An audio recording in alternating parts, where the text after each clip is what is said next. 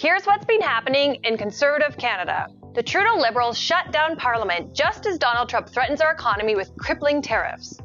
Canada's Conservative leaders and provincial premiers have been forced to roll up their sleeves in foreign diplomacy. Liberal MP Randy Boissonnault leaves cabinet amid fraud allegations but still plans to run again.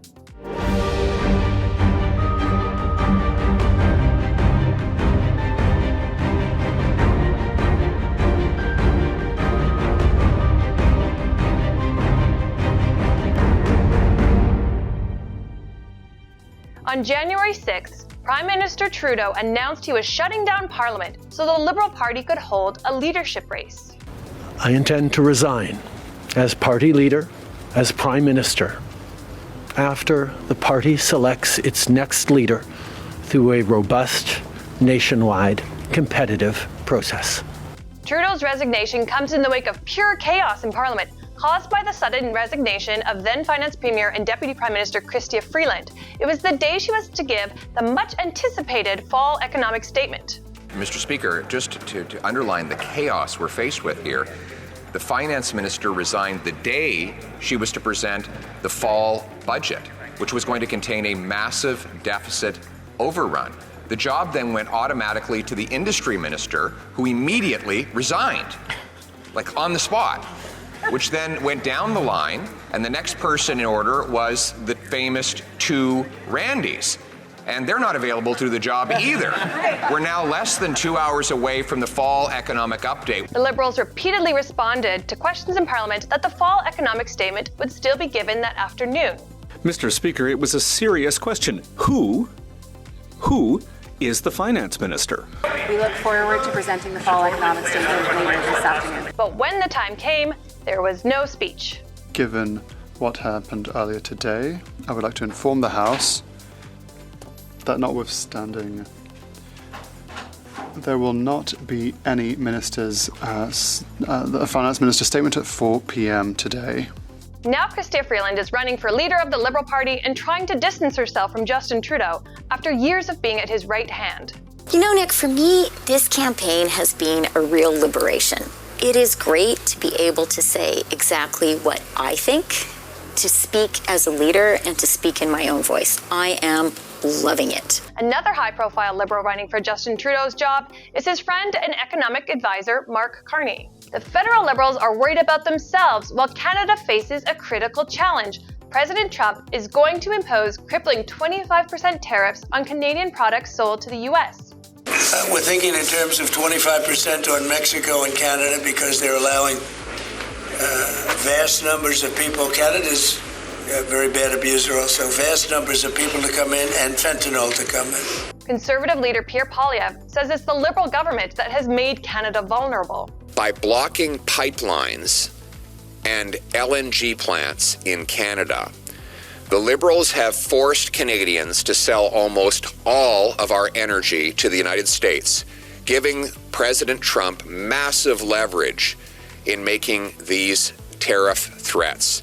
Poilievre says the federal government needs to take action to make Canada stronger. What we need is a bring-it-home economic tax cut that's going to leave more money in the pockets of entrepreneurs, investors, workers, home builders, so that we can have a stronger economy and stand on our own 2 feet for a change. Canada's premiers and Conservative leaders have been forced into foreign diplomacy, trying to figure out how to deal with President Trump's threats. Ontario Conservative Premier Doug Ford says Canada needs to stand strong and move quickly. We don't want this. No one wants this, and including a lot of the Republicans and Democrats that I've talked to. Matter of fact, have yet to find one citizen of the U.S., one elected official that says, yeah, I agree, we need to target Canada. Ontario Conservative Premier Doug Ford is dealing directly with Americans on trade. You know, folks, I'm on the phone every day. Right after I leave here, I'm going to get on the phone with a few more governors and making sure they understand how important the relationship between Ontario and the U.S., not to mention Canada and the U.S. If you think of this, we're the #1 export destination to 17 states, #2 to 11. Alberta's Premier Danielle has gone straight to Washington D.C, promoting Alberta and Canada's interests. And if we want to have a genuine partnership on national security and energy security, the federal government has to repeal all of the hostile to energy policies, the clean electricity regulations, the emissions cap, which we know is a production cap, the net zero vehicle mandate, which is set to take place starting in January of 2026, and to work in genuine partnership to reach the the U.S. goals of energy dominance. I believe that the Americans can't get there without Canada. BC Conservative leader John Rustad cuts the chase with his concerns. Those lives and families that'll be devastated if we get into a trade war.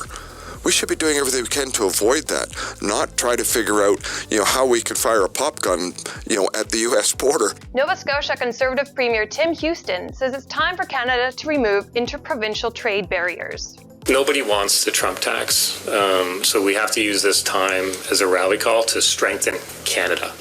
That means looking at our own internal trade policies across the country. Trump says tariffs are coming on February 1st. Due to investigations by Global News and the persistence of the federal Conservatives in Parliament, Liberal MP Randy Boissonnault was forced out of Trudeau's cabinet.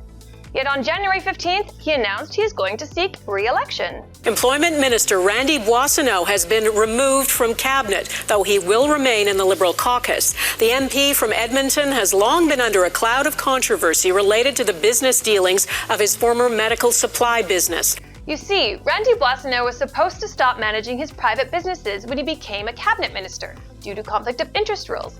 But after he became a minister, his allegedly former business partner often referred to Randy in text messages during business dealings. Anderson admitted to lying to Global News about who the Randy in the text was, and he refused to say who it is. But he maintains it is not Boissonnault. MP Boissonnault also claimed he had Indigenous ancestry, but that might not be true. I think of my great-grandmother, full-blooded Cree woman, Lucy Brennies.